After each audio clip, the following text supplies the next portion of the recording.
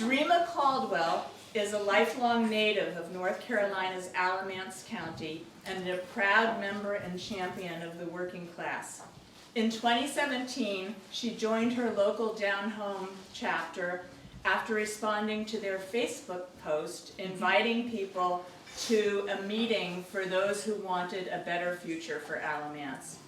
Dreama was instrumental in establishing the first rural bail fund in the nation.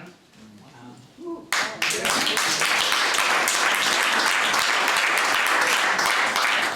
In 2020, she became the first Black woman to seek election for the Alamance County Commission.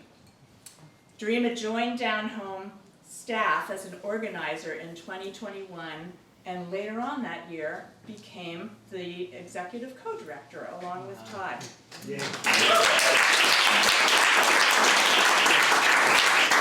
Dreama lives with her puppy Midnight in Greensboro, and also, as far as I know, Dreama is the only one of the EDs that we're in association with whose story of injustice and activism has been turned into a ballad, which I won't sing for you, but she'll be telling you the story that inspired the ballad in just a few moments. So welcome so much, Todd and Dreama.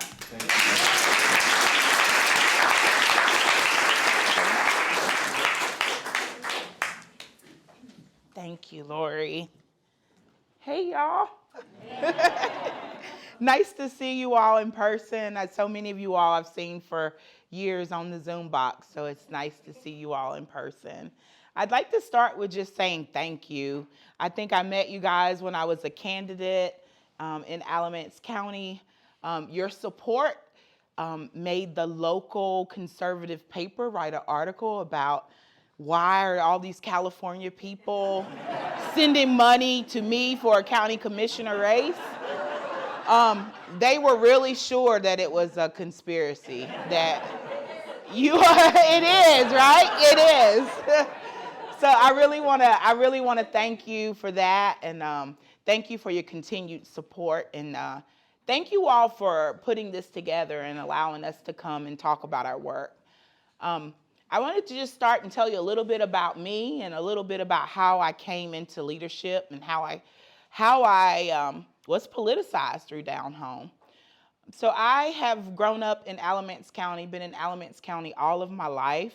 Alamance County is a place still divided by the railroad tracks, where Black people and poor people are on one side and other people who have money and advantages are on the other side.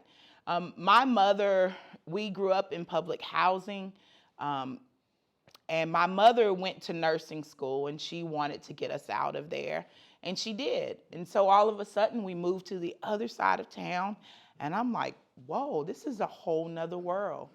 And it was the first time that I realized that Alamance County is very different for different people depending on what part of the zip code you live in. And so I moved to the other side of the town. I went to school. I went from a majority Black school to a school that was 73% white. And I went to this school. In the honors program, there was no one in honors programs who looked like me. And I did that from 7th grade until about 11th grade before other Black and brown students joined our classroom. And so during that time, Black students didn't have a place in our high school at all. And so there were a few of us, and we decided that we would go to the administration and talk about the need to feel present in the school. And we needed Black history classes, we needed a club, just a space for us. I did not realize at the time that was organizing. With my classmates, we were able to charter a club called a BUSWA, and we were able to get Black history classes at our school. Those Black history classes lasted about 10 years, and then they were removed for budget issues, which is typical in Alamance County.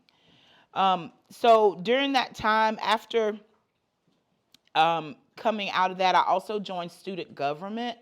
And I think those were like my awakenings of like, people can really make changes. Like you collectively together can make changes. And that was my first experience with that.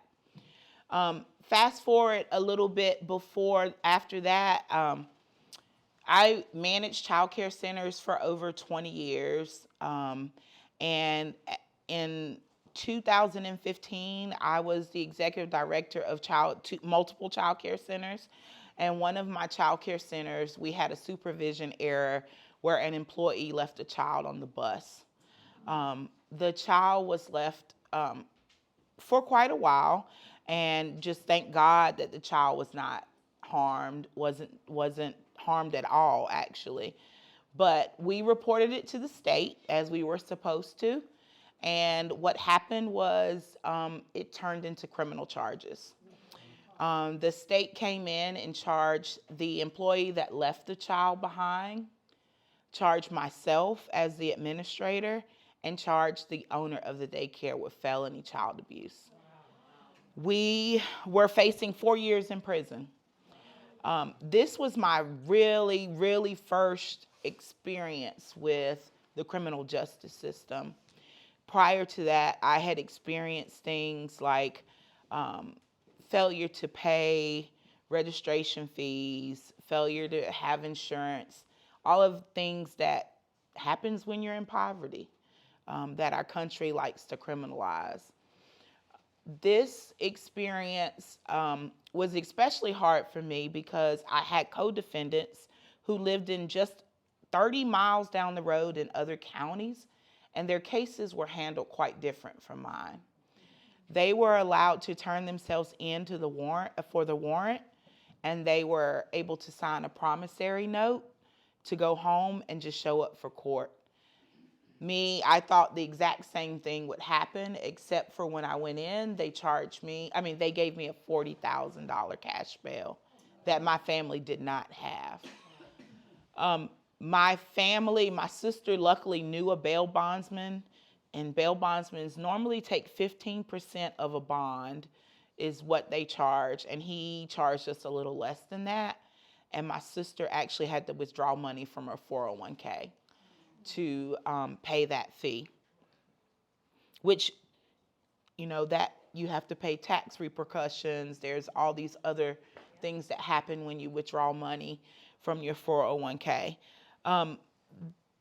That was the first time I was like, something's wrong, because here we are, we're all black, we all have the exact same charges, and the only thing different is they live in a different county than what I live in. And I think it was the first time that I was able to put together my experience of racism living inside of Alamance County and what was happening to me in the criminal justice system. There are other things that I found out about the criminal justice system that I didn't know. Every day that I was there was a bill, a $40 bill for every day that you're in jail. I also had to ask to see the doctor while I was there, and I had to pay $10 to see the doctor. And if I hadn't had that $10, I wouldn't have been able to see the doctor, which resulted in me getting a Tylenol that also cost me $10 to get for one Tylenol. So I left jail with a bill that was added to my probation.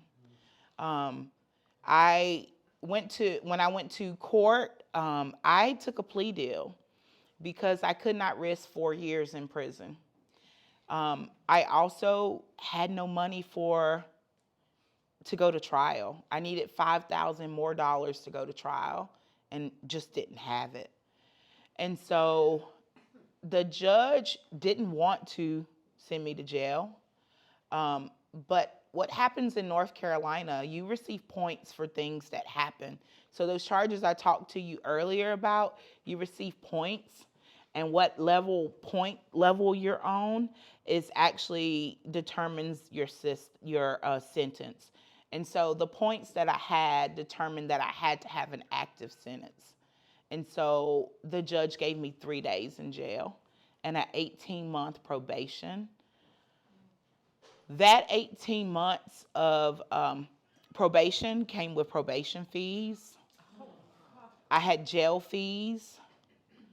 I was told that I had to work, which was nearly impossible with the record of child abuse. I was told that I couldn't be around people who had felonies, and my husband had a past 15 years ago felony conviction. And so I actually had to have the attorney go back and let's go back to court and just plead in front of the judge to say, I can't pay these things. There was just no way I could pay those things. While all of this was going on, I was also evicted from my apartment because of money was tight, and also because my case was on the news, in the newspaper, and my landlord wanted no parts of it. And so I was asked to move. And then during that time, I found out that I couldn't move anywhere with my record.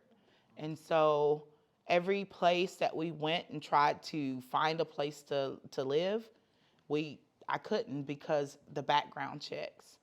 And so what I ended up having to do is to live in a home where I wasn't on the lease. So I had no legal rights. If someone wanted me to leave, I had no rights. But that was the only way to have a place to live. So shortly after that,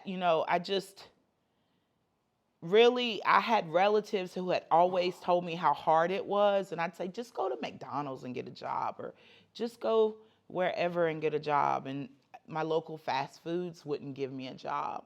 And so for the first time, I was like, I get it now.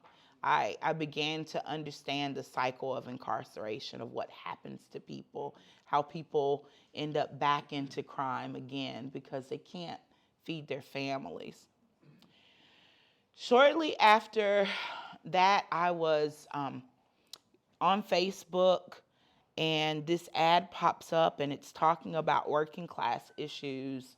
And like this light bulb went off for me, where I, for the first time, realized all of that would have been different if I had money.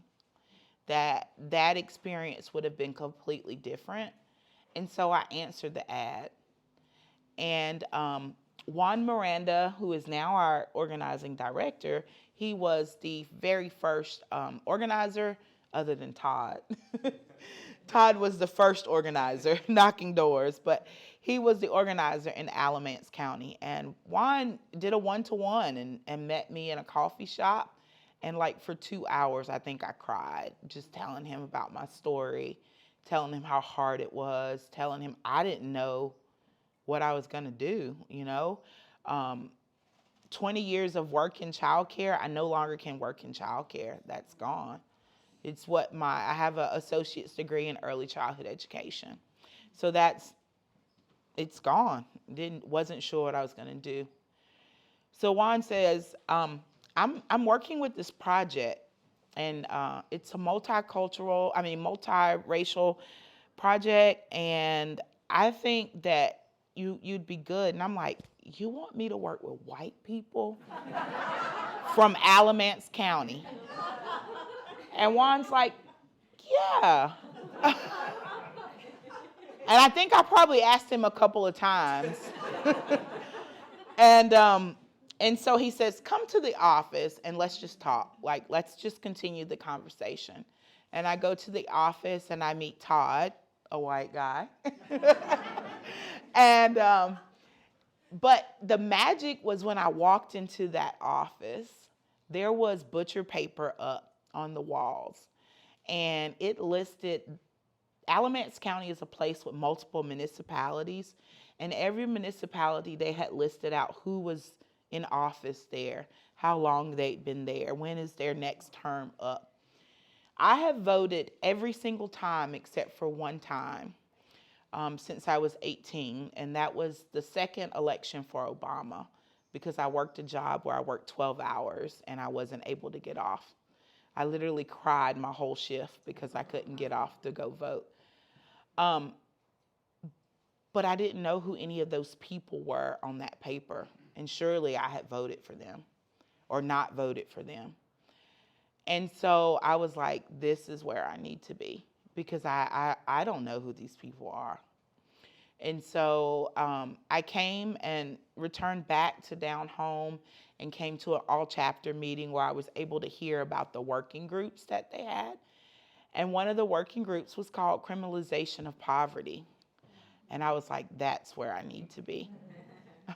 So I came, we met on Mondays in the office, Monday afternoons, and I was able to come and talk to the other members and tell about my experience with bail, because no one else, although they were interested in working on this, they weren't impacted and didn't have that view of this issue.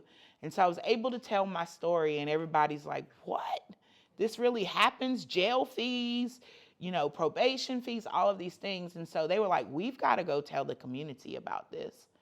And so we started holding what we call Bail 101s, where we went in the county, throughout the county. We showed the Khalif Browder story.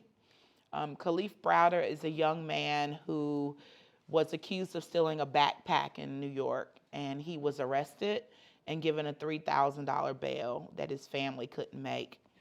He was put into Rikers Island, and he was actually put in solitary confinement for a really long time.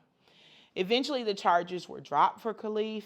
He went home, but his mental health was affected, and he killed himself. And so we were sharing that story to put the connection of bail with people. And when I came into down home, they were using this word power and talking about power, something that I hadn't ever really experienced. And so it kept saying power building, this is what we're doing. And I was like, not quite sure what that was. But the more of these bail 101s we had, the bail bondsmen got upset. Because this would affect their business. If we could eliminate cash bail, it would affect their business. And so they stormed in our office a couple of times, really angry. And then one of our showings of the Khalif Browder, like a whole gang of them came with their guns on their hips and you ever seen Dog the Bounty Hunter? Well, he is like they were bounty hunters. They looked like bounty hunters when they came there, bulletproof vest on and everything. And they were so upset, and they were like all in people's faces, really angry about what we were doing. And this is just shy of starting the bail fund. And so, again, I had another epiphany. Ooh, this is power. This is power. This is what happens when you shift the narrative. And so we continued to work with ACLU. We learned how to do court watching, where we could go in and see what the judges were doing, and we were able to see the bails that were so high. We also realized that people were not getting fair bail hearings. The Constitution, it requires that they have open bail hearings, and people weren't having hearings at all. The magistrate was just setting bails. And so we also were able to assist the ACLU, who sued the county for bail reform in our county. And so that was part of the work that we did. So I decided I wanted to try another working group. And so I joined a working group called Co-Governance. And Co-Governance was to help us to be able to govern with our elected officials and to be able to talk to our elected officials. And so after joining that group, I started going to county commissioner meetings, and I realized nobody looked like me. And not just that, there was no one on the county commissioner board that didn't live in West Burlington and that was working class. And so we began to have conversation at Down Home, and I think my interest in meeting you all was because in 2020, I was a candidate for county commissioner in our county, where there was a history of the very first Black commissioner was lynched in our courtyard square. And then there wasn't another black commissioner until 1970. And there's never been a black woman. And so running that campaign, we decided then that we'd run it out of the east side of Burlington where there hadn't been a campaign ran before. Our campaign team were other down home members. We all had an opportunity to go to black campaign school. And at the end of that election, we didn't win, but what happened is we built a base. 34,000 people voted for us, and so many first-time voters who never thought about politics, but they were very interested because they were people who knew me. They were people who were open to having the conversation about why they should vote. And so what happened that election was Ricky Hurtado was elected to the House of Representatives by just a little under 600 votes that he was able to win. And so just paying attention to that down ballot race really helped uptick it a lot. At the end of that election, I remember having a conversation with Todd and Bridget, and I was like, I need to do this full time. Like, there's something happening here. The numbers had come out from the election, and 52% increase in black voter turnout in our county that year. And I was like, there's something starting that I want to be a part of. And so I came on as an organizer with Todd in Alamance County, working with all these new groups and new people. And then shortly later, Bridget, the other co-founder, was transitioning out because she was pregnant with twins and had a little baby. And so now Todd and I are leading together, and I'm going to let Todd tell you a little bit more about our work. But again, I just want to say thank you all, every one of you all, for your support. Thank you.